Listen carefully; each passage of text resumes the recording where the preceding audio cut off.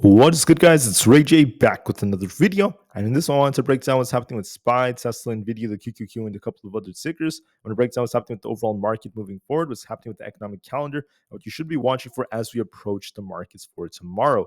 But before I break the devil's information, before I get into any more details, let me just mention a couple of things. I am firstly not a financial planner, so take nothing I say as financial advice. And also, if you guys can, please check out the Moomoo link, which is down below and in the description. If you sign up for Moomoo, deposit $100, you are guaranteed 7 free stocks. The offer ends very soon in just about 8 days from now. Anyways, for the market, I want to break down something very, very important. Looking at the way the market's moving, we have resistance at 531.5. Hitting this resistance, we got a bit of rejection from right over here. Then the second time, we got a nice push up to 531.5 again after getting that first rejection. But if anything, we did call this move. I mentioned yesterday that SPY is going to likely get a nice push because we got this liquidity grab on Friday and the buyers came back. And we got some bullish signals showing us that the market's going to likely push up to the 530 plus area. And we called this move out. I told you to watch to see if we get a rejection or not. What's interesting is we did break the all-time high today. SPY barely broke it. We had 31.5 around that area. We were up just a couple of pennies above it before we started to see a little rejection, but we didn't reject all the way down and invalidate this trend. We still held support very nicely, closing at 530. So SPY, in my opinion, is still on a bullish pattern, but whether or not this move continues depends on different factors. So I want to break down what those factors are and how this could develop going into tomorrow. So be on the lookout for the second part of this video. I'm going to be breaking down all the charts. I first want to talk about some data and such. So please know that tomorrow is going to be Tuesday, May 21st, 2024 at 9:05 and 9:10 a.m. Eastern Standard Time. We have Barkin, Waller, Williams, and Bostic all giving their speeches. And these Fed speakers do have a big effect on the market. Today, the market pushed to all-time highs again when we got the first round of Fed speakers. And then for tomorrow, we have even more Fed speakers also coming out. Then at 11:30 a.m. Eastern Standard Time, we have the 43-day bill auction coming out. At 11:45 a.m., we have Barr from the Fed giving a speech. Then Bostic, Collins, and Mester at least during the final hours. But we have quite a bit of Fed speakers. We have Barkin, Waller, Williams, Bostic, all of them giving their speeches tomorrow. This could affect the markets, causing some volatility. When a lot of these guys spoke today, the market pumped. So is it possible we get another pump thanks to them? It's always a possibility, and the chart does favor that a little bit more. But please notice that all of this is happening amidst Wednesday when we have the FOMC minutes coming out. That's going to be very important for the markets. We'll see if this causes any other big moves. But for now, we'll pay attention to what the Fed speakers have to say and what this causes for us moving forward. Now, as a reminder for earnings, tomorrow is going to be Tuesday. We have Macy's, Lowe's, AutoZone, and a few others announcing their earnings. And then for Wednesday, we have Target, TJ Maxx, and Nvidia also announcing their earnings. Nvidia is going to be a very important one because Nvidia is a multi-trillion-dollar company, and it's looked at by millions upon millions of people who invest, big analysts and big, massive investors out there. So that's going to be very important for the markets. For today, we had very minor earnings. We just had Zoom announce their earnings. The share price is down just a little bit as of right now because earnings were not the best. They were so overall. Looking at their earnings, we had about $1.1 billion in revenue, up 3.2% year over year.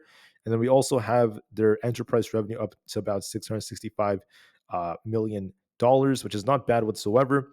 And then on top of this, we had some improved margins, but their guidance was just so if you actually look at it for their fiscal 2025. Things are not looking that amazing. It's just very close to expectations, nothing too crazy. And their overall revenue forecast is actually a little bit short, so it's not that great. That's why the share price is actually kind of flat right now, a little bit in the red. For more data, I just want to mention that right now the market's very greedy. Greed is making up the majority of sentiment. We're not too neutral, not extremely greedy, but just greedy in the middle right now. And the market still has room to continue to push. Momentum is still greedy as buyers are still continuing to step in, and they're still kind of like developing and defending their positions. On top of this, we have the puts and call option positioning dipping a little bit as puts are being closed, more calls are being bought once again, and we're still maintaining this low ratio. Also, the market volatility is currently neutral as the VIX is continuing to dip. And as the VIX is dipping, there's no sign of it bouncing yet. There's no true sign of a big bounce. So we can't really say that the market's ready to like crash or reject or anything like that quite yet, just based off the VIX. So what do I see for the markets? What is my personal opinion? Well, honestly, guys, let me make something very clear. When you are a trader or a day trader, we could trade based off patterns, okay? It is actually very important to look at patterns, but patterns are not everything. You can't solely trade based off patterns because you have to be very open-minded. Sometimes they're used as a form of manipulation. Why is that? Because sometimes you could see like a head and shoulders. You might think the market's going to dip and then they just completely pump the markets and it doesn't even play out. Sometimes the opposite could happen. Sometimes you see an inverse head and shoulders and then the move just doesn't play out. So I just want to make it very clear there's lots of manipulation, so you have to be very careful. But in this case, we do have an interesting looking pattern. So SPY is still looking bullish right now. Why is it bullish? Because we're continuing to uptrend. If you look at the trend, we're continuing to make higher highs and higher lows. Even today, we broke the all-time high again. So SPY made a new all-time high today. This little wick got us just barely above this high, despite the fact that resistance is tough at 531.5. We're still bullish overall. So what do I see for the chart? It's very simple. We have a possible cup and handle like structure that's developing. So we might see something like this play out where SPY is basically going to be doing this. You could take our little line right over here. Wait, hold on. It's not working. Give me 1 second, guys. I could take a little line and kind of draw this out for you. So we have a nice little cup from this structure. We have a bullish divergence that developed off of that. If we hold this structure right over here above our 50 EMA, which is kind of like curling upwards, so like right around here in the 529 area, and we kind of shuffle for a bit, we could be looking for a push tomorrow, and this would complete the nice cup and handle by tomorrow/Wednesday, depending on Nvidia's earnings. And we could see a nice breakout like this to new all-time highs for another bullish move. That's a strong possibility as well. So we'll have to see what else kind of develops for this. Now, if we turn bearish, if you are a bear and you think, hey, it looks more like a double top like structure, right? We're forming like an M shape, just hypothetically. You want to see like something like this play out, right? You have this M and you need to see like a follow through move down, right? That is what you want to be watching for. But are we seeing that? And the answer is, as of right now, not really, because we have a wick forming here. We're seeing a cup and handle like structure that's maintaining, and we're holding above our 50 EMA. I say that if hypothetically, so we get some bad news, whether it's a war or something like that happens, and we end up losing key support, like if we end up breaking below our 50 EMA, that's the first sign of weakness, and we end up losing 528, that's going to be a big sign of weakness, and we're easily going to fall to 525, in my opinion. If we lose 528, that's the more bearish case, and we need a bearish catalyst for that to happen because right now the buyers are still present. So what is more likely? In all honesty, guys, this looks more probable, in my opinion, that we hold support, we kind of shuffle over here and slowly push away higher for a cup and handle like formation for new all-time highs. The market is very vacuous. It's very illogical, so do not always expect it to follow logic. It's very manipulated, so that's the reason why I'm just going to try to be unbiased and making my analysis. So be prepared for either side, but just know that the upside is looking a bit more probable, in my opinion. How about for Tesla? Tesla, in my opinion, is looking more bullish than bearish in terms of its structure overall. That doesn't mean it has to be green every single day. But if you look at this, we have a nice inverse head and shoulders. And we also have a very, very nice looking uptrend right over here that's developing. So we came down here. We had this low at 171. We came up. We had a new low at 172.8. We came up. We came down to about 174 today. We kind of shuffled here for trying to continue higher. The issue is we got some bad news for Tesla, so it was a little bit down. But you want to see this break past 176. If we break 176, we're going to easily go up to 178. If we lose this trend line of support, if we end up losing the 174 area and we fail to hold above it and get back above the trend line within like 1.5 hours, then I think that we could be dipping to 172. But right now, the chart favors this, that we're just going to kind of shuffle here, just like this, continue to form like a wedge, and then possibly try to push back up to at least 176, maybe even higher levels. This may also depend on Nvidia's earnings, but just to be safe, we will wait and see. But that is what the chart is looking like as a more probable outcome. For Nvidia, we look bullish in my personal opinion. The reason is because we have a very, very nice uptrend that's been established. And if I actually zoom out all the way and pull up the 4-hour time frame, I'll show you guys what I'm talking about. The 4-hour looks bullish on Nvidia, just like this. As you guys can see, we have a very, very nice looking inverse head and shoulders. Nvidia is trying to push to this high right over here. I think we could be retesting the 960s very soon. And there might be some more upside and more excitement as we get very, very close to earnings. So that's what I anticipate to be the most likely possibility. Nvidia looks like it's more bullish, could retest our key EMAs all the way down towards that 944 area before we try to bounce and push up to 960. But the chart still looks bullish in my opinion. For the QQQ, it's bullish, straight up just bullish, because we're on a very, very strong uptrend. Let me zoom out and show you. Look at this uptrend continuing to break out. That's the first factor that's very important. Secondly, we broke the all-time high again, and we actually held up very well in the QQQ, in my opinion. This is also forming a very nice looking cup. I wouldn't be surprised if we dip a bit into the 453s. Then we see another breakout and we start pushing to 455.5, if not 456.25. So look for a little dip on the QQQ tomorrow before it tries to continue to push higher. Going into the hourly time frame for a more meticulous chart, you will see that it's still bullish overall. It's still holding above its 20 EMA. So could be a little dip. Could we go to the 453s? Yes, we could. But then I do see more upside potential as a strong possibility.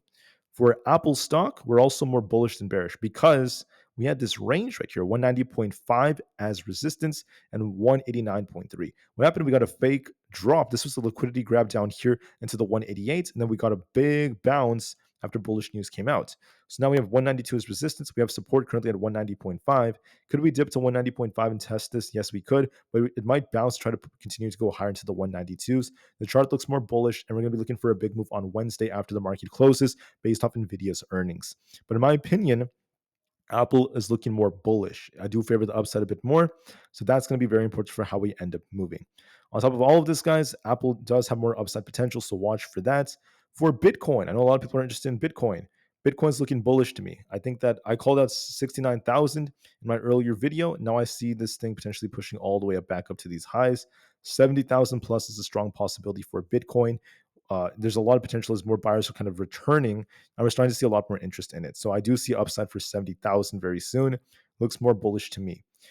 So that's it, guys, for the main five I typically talk about and Bitcoin. Let's now switch over to some others and talk about some other time frames. So for now, for Neo, it's kind of trading sideways right now, stuck within this range at 5.32 and 5.13. Might just trade sideways for the time being, but I could see a green day tomorrow if we do hold our 20 EMA. For Palantir, we are pushing very, very nicely. The 4 hours looking a little bit weak, so there could be a little dip. Might get a little dip back down towards the lower 21s before it tries to bounce again, but there could still be a nice uptrend being established from these trend lines if we do draw it out. But overall, I'll be watching to see a little dip before anything else. So what I would do is I would take a trend line like this. Right over here. Let me grab an extended one and just kind of draw out this little trend line. Could look something like this. So if we were to dip a little bit, I'll be watching 21 as support. If not this trend line, then a bounce after that. But overall, look for a little dip and a bounce in my personal opinion. For Super Micro, I know a lot of people are interested in this. I mentioned to everyone it might dip and bounce, and that's what happened today. It did dip all the way down to our 20 EMA before it tried to bounce back up towards the 900 area. And at this point, it's going to likely continue to shuffle for some time until we get very close to Nvidia's earnings. Nvidia's earnings is going to be key for this. So look for a retest tomorrow, tomorrow at 883, and a bounce back up towards 926 or so. I find that to be very probable, and I do favor that a bit more. So we'll see if that ends up being the case. For Rivian, in my opinion, is looking a little bit weaker right now. We're going to be looking at our 50 EMA, this 10.22 area as our support. If we lose this, we're going to be dipping all the way down to 10. If we bounce off this, we're going to be looking for a break towards 10.4. I favor this to actually dip just a little bit. We actually have a head and shoulders like structure, so we could see a little dip in my personal opinion. For SoFi is actually approaching this imbalance at 7.14. I think that with this little bearish structure, it might dip a little bit more. We could be looking for a test of 7.1, then a bounce, and then we'll see a big reaction on Wednesday, in my personal opinion. For the IWM Russell 2000, lo and behold, as you predicted, some upside would likely come. I think that there's more potential for this to go all the way up towards that 211 target, so I do favor upside a bit more. Could we retest 207.8? Yes, we could, and then we could bounce to 211 after that. The chart still looks bullish. AMD, it's pushing as we were talking about earlier. What's good about this is, it's going to make a big move depending on Nvidia's earnings. We have an inverse head and shoulders bullish looking structure, so I could see this imbalance on the 4-hour fill at 177. I wouldn't be surprised if we actually retest 165 and start to continue to shuffle for a bit. Then we get a big push depending on Nvidia's earnings. So far the technicals look bullish approaching, but we'll see if that ends up being the case. ARM has support at this 110 area. If we do bounce off this, we're going to be looking for a push for this imbalance fill at 122. And if we lose 110, we're going to be tipping all the way down to about 105. But the chart does favor a little dip and bounce. That's a strong possibility. Coinbase got a very, very nice push to about 227. Could this go a little higher? It could, but we're approaching some tough resistance at this 230 area. I think it might be testing the very, very low 230s. Then it might get a little rejection, kind of cool off a little bit for its indicators before it continues higher. So look for a push to 230, a retest of 222, then a bounce. That's what I think is going to most likely happen. But technicals do look bullish overall. So look for a little bit more upside and then a big test of resistance, and we'll see what happens after that. For Amazon, looking a little bit more weak right now. We're going to be looking at this 183 support. If we lose this, we're going to be looking for a bigger dip to this imbalance at 182. I have resistance at 185. So watch 183 as support. We could actually tip a little bit more, and we'll see what the move is from there. For Meta is actually dipping a little bit more. We're going to be looking for a test of about 465. I do think that could likely be the case, and I think that this could tip all the way down there. So watch for that very carefully. For Microsoft, we're actually looking quite bullish right now. We got a nice looking bullish structure, which is what we predicted yesterday. And it went up to our target almost exactly. We called that 425. I can see this going a little bit higher towards 427. That's a strong possibility in my personal opinion. So look for more upside from Microsoft. For Google, like we talked about, guys, it's still favoring bulls a bit more, but resistance is getting tougher and tougher at this 178 area. So I think between 170 and 180, we might see a lot of shuffling, and we could actually see a move back down. I think it might pop a little bit more than come back down just a little bit to cool off on its RSI. And we could be looking for a test of 176 again before it tries to bounce. This is showing some signs of tough resistance. Now, GME, we were looking bearish, but now we're trying to turn a little bit. I could be looking for a test of about 24.5 and then also 26.68 before it tries to come back down. Look for a little push before it comes back down, but it's nothing too crazy. Same thing with AMC. I might test 5 and we'll see if we get a rejection or not. I'll be watching that very carefully. For DJT, we dipped exactly as we predicted. I did call some downside. We might actually retest 47.6 before it tries to bounce, but the trend is a little bit more bearish overall. The VIX still looking kind of weak. We have a gap to fill now, so that makes me think the VIX may dip a little bit more. That could be because the market's going to bounce more. So there's no sign of a big bounce on the VIX. There's no sign that the market's going to reject or anything like that. So we'll give it some time. The 10-year treasury yield did go up just a little bit thanks to the Fed speakers, but we've had this gap to fill. There's also a gap below. So look for a test of 4.45 to 4.48. If we reject here, we have a gap to fill below. If we break through this, we could push higher. I'll be waiting to see as it depends on the Fed for tomorrow. And the dollar is just very flat right now. It doesn't really have much of a direction.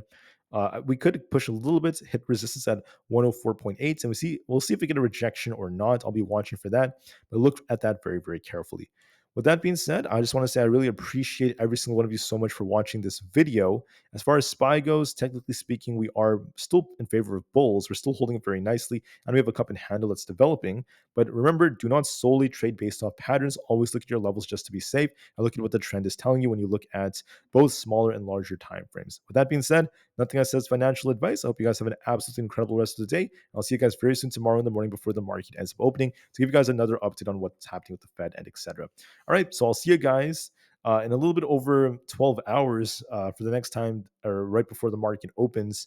And then we'll just be very, very patient until then. I'll keep you guys updated on any pieces of news or anything else that happens. And we're getting very close to Nvidia's earnings. I'm very excited for it. I can't wait to see what happens.